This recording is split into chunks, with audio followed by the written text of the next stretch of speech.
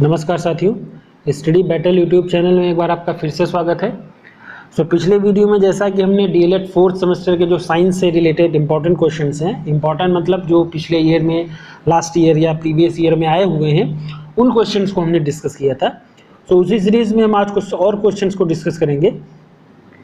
लेकिन आप इस वीडियो को या इस वीडियो को देखते समय इस बात का ज़रूर ध्यान रखिए कि ये केवल और केवल आपके डीएलएड के लिए एग्ज़ाम इम्पॉर्टेंट नहीं है, ये आपके टीईटी के लिए भी, सुपर टीईटी के लिए, अगर आप कोई और कॉम्पिटिटिव एग्ज़ाम दे रहे हो, उसमें अपीयर हो रहे हो, तो उसके लिए भी इक्वली इम्पॉर्टेंट है। ओके, सो आप इस पॉइंट ऑफ व्यू से देखिए कि आप किसी भी तरह का एग्ज़ाम दे रहे हो जहाँ पे साइंस आपके सिलेबस का पार्ट है, सो वहाँ पे किसी भी एग्ज़ाम में क्वेश्चन इस तरह के आ सकते हैं। ओके, इसी तरह के क्वेश्चन आते भी हैं। अगर आप प्रीवियस ईयर क्वेश्चन पेपर देखो डिफरेंट एग्ज़ाम्स के, वो चाहे आप UPSSC का एग्ज़ाम दे रहे हो या UPPSC का एग्ज़ाम दे रहे हो, इवन UPSC में भी कभी कभी क्वेश्चन इससे रिलेटेड आते हैं। ओके, सो पहला क्वेश्चन हम डिस्कस करते हैं कि WBC कम हो जाती है, जो व्हाइट ब्लड कार्पसेल्स हैं वो कब कम हो जाती हैं। सो उसमें जब श्वेत कण कोशिकाहीनता में, जब व्हाइट ब्लड कार्पसेल्स हैं, जो श्वेत पार्टिकल्स हैं सेल्स की, उसमें जब हीनता मीन्स उसमें जब कमी हो जाती है, सो WBC भी वो कम हो जाती है। ओके, लीवर सिरोसिस रोग का कारण क्या है? जो लीवर सिरोसिस रोग का कारण है वो आपका हीमोफीलिया है। ओके, और हीमोफीलिया के बारे में, या जो तरह तरह की जो संक्रामक बीमारी है या रक्त से संबंधित बीमारी है, जो आपके सिलेबस में चैप्टर भी है, सो उसको हम डिस्कस करेंगे जब लघुत्तरी और अतिलघुत्तरी क्वेश्चन हम डिस्कस करेंगे इस बार, सो उसमें आपको बताएंगे। ओके, लीवर सिरोसिस जो है वो आपका रक्त से ही रिलेटेड एक बीमारी है। एड्स का पूरा नाम क्या है? सो एड्स का नाम आपको पता है, acquired immuno deficiency syndrome. Okay, बाकी जो ऑप्शन इसमें दिए हुए हैं, एडिशनल इम्यूनो डिफिशियंसी सिंड्रोम या एक्वायर्ड इम्यूनो डिफिशियंसी सिम्टम, लेकिन जो एक्वायर्ड इम्यूनो डिफिशियंसी सिंड्रोम जो है वो आपका सही उत्तर है यहाँ पे। वर्ल्ड एड्स डे कब मनाया जाता है? विश्व एड्स डे दिवस जो है, ये भी आपको पता होगा, ये हर वर्ष 1 दिसंबर को मनाया जाता है। इस रोग के प्रति लोगों में जागरूकता उत्पन्न करने के लिए ये बनाया जाता है। सबसे पहले जो एड्स वायरस है वो कब देखा गया था? एड्स का जो सबसे पहला वायरस है वो आपका 1981 में USA में देखा गया था। ओके, आपको ईयर ध्यान रखना है केवल। सबसे पहले वायरस जो है वो आपका 1981 में देखा गया था। HIV से प्रभावित होने वाली कोशिका का नाम क्या है? जो HIV है, वायरस है, इससे जो सेल डैमेज होती है उसको T4 सेल कहते हैं। ओके, हम बाद में डिस्कस करेंगे कि T1, T2, T3 या T4 जो सेल्स हैं उनका क्या काम है, किस वजह से होता है। सो T4 जो सेल है वो आपको यहाँ पे याद रखना है कि वो HIV से प्रभावित होने वाली कोशिका है। एड्स की उपचार की औषधि क्या है? सो देखिए, एड्स से उपचार की जो औषधि है वो जाइडोवुडाइन है। ओके, सो जाइडोवुडाइन जो औषधि है वो एड्स से उपचार के लिए यूज़ की जाती है। एड्स की सीरमी जांच के लिए उपयुक्त प्रमुख परीक्षण कौन सा है? तो जो एड्स की जांच के लिए जो सबसे बेस्ट है, जो सबसे जनरली यूज़ किया जाने वाला जो टेस्ट है, उसको हम एलिसा किट कहते हैं। ओके, ये आपको ध्यान रखना पड़ेगा। एलिसा किट जो है वो आपकी एड्स से रिलेटेड किट्स है। एड्स से बचने हेतु तो सर्वाधिक सावधानियां हैं। ओके, सो उपयुक्त सभी जो है वो आपकी सावधानियां, इसमें जो भी उपयुक्त सावधानियां हैं वो सारी आपके सही उत्तर हो जाएगा इसमें। रुधिर का थक्का बनाने वाली रुधिर कणिकाएं कौन सी हैं? ये देखिए, क्वेश्चन रिपीट होने लगा। पिछले वीडियो में भी क्वेश्चन आया था कि जो ब्लड क्लॉट है उसको बनाने वाली रुधिर कणिका का नाम क्या है? सो उसको हम प्लेटलेट्स कहते हैं। बाकी जो ऑप्शन इसमें दिए हैं WBC, RBC, सो वो आपके ऑप्शन नहीं है। इसमें जो आपका ऑप्शन बी है प्लेटलेट्स, वो सही होगा। मानव रुधिर वर्ग की खोज किसने करी थी सर्वप्रथम? सो ये भी आपके एग्जाम में क्वेश्चन आया हुआ है। सो लैंडस्टीनर ने जो ह्यूमन ब्लड ग्रुप है, ह्यूमन ब्लड ग्रुप, उसकी सबसे पहले खोज करी थी। निम्न में से किसके कारण रुधिर का रंग लाल होता है? सो जो ब्लड का कलर है वो हीमोग्लोबिन एक प्रोटीन होता है, हीमोग्लोबिन प्रोटीन की वजह से रेड होता है। ओके, रक्त को कितने वर्गों में बांटा गया है? सो रक्त को 4 वर्गों में बांटा गया है। Blood group A, B, AB और O। ओके, ब्लड ग्रुप से भी रिलेटेड आपके तमाम सारे क्वेश्चन बनते हैं जो आपके एग्जाम में जनरली एंड रेगुलर पूछे जाते हैं। ओके, सो इसके बारे में हम डिस्कस करेंगे डिटेल में। देखिए उसी से रिलेटेड क्वेश्चन आ गया है कि ओ रक्त वर्ग है। देखिए ये चीज आप हमेशा ध्यान रखिएगा, जो ओ रक्त जिस व्यक्ति का जो ब्लड ग्रुप है वो ओ है, सो वो सर्वदाता होगा। ओके, सर्वदाता का मतलब है डोनर, यूनिवर्सल डोनर मींस वो अपना ब्लड किसी को भी दे सकता है, किसी भी ब्लड ग्रुप वाले व्यक्ति को अपना ब्लड डोनेट कर सकता है। सर्वदाता या डोनर, यूनिवर्सल डोनर का मतलब यही होता है। ओके, और जो आपका ए बी ब्लड ग्रुप है, सो ए बी ब्लड ग्रुप वाला जो व्यक्ति होगा वो किसी से भी ब्लड ले सकता है। ओके,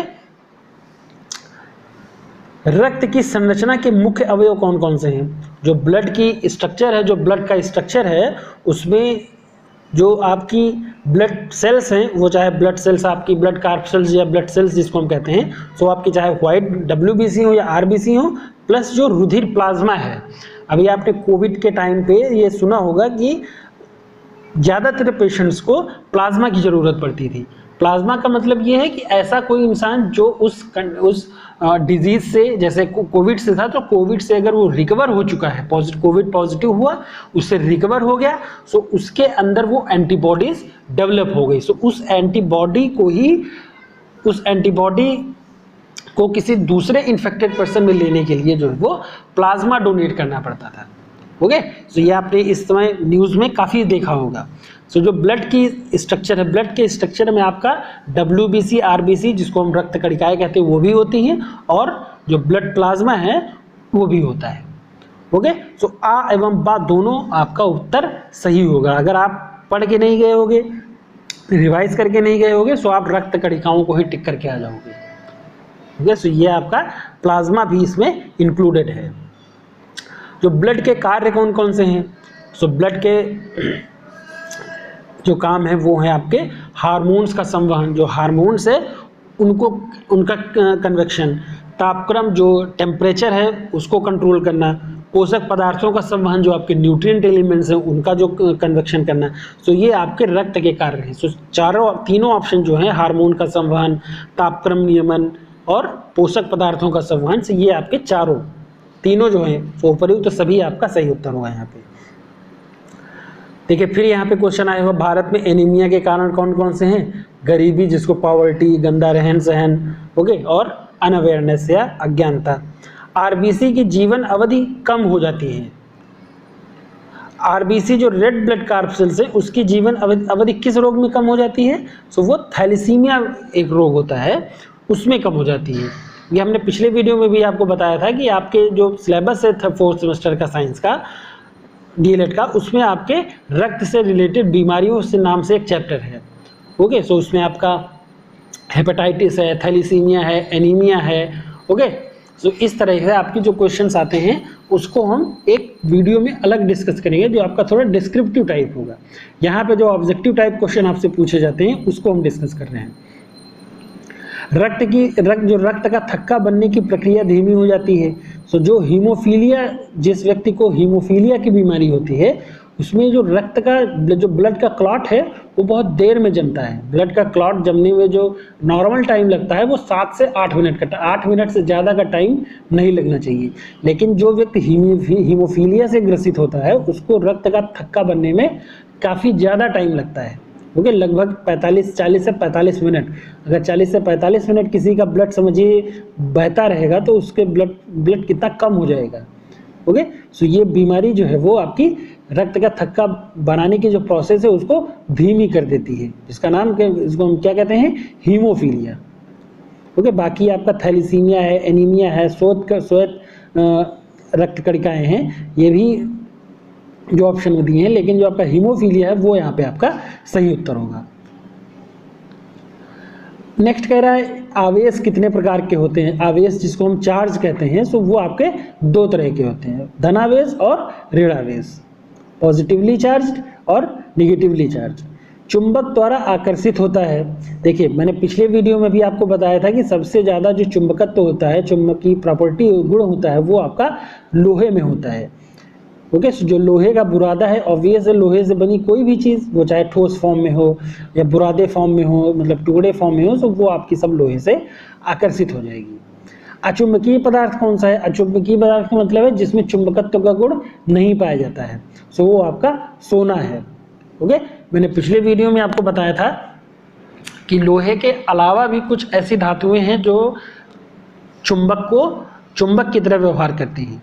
उसमें आपका लोहा सबसे इंपॉर्टेंट है, तांबा है, कोबाल्ट है, निकिल है, लेकिन जो गोल्ड है आपका, गोल्ड में चुंबकत्व का गुण नहीं होता है, इसी वजह से इसको हम अचुंबकीय पदार्थ कहते हैं, नॉन मैग्नेटिक एलिमेंट। चुंबकीय प्रभाव द्वारा आर पार नहीं निकल पाता है। जो मैग्नेटिक इफेक्ट है वो किसके आर पार नहीं निकल पाता है?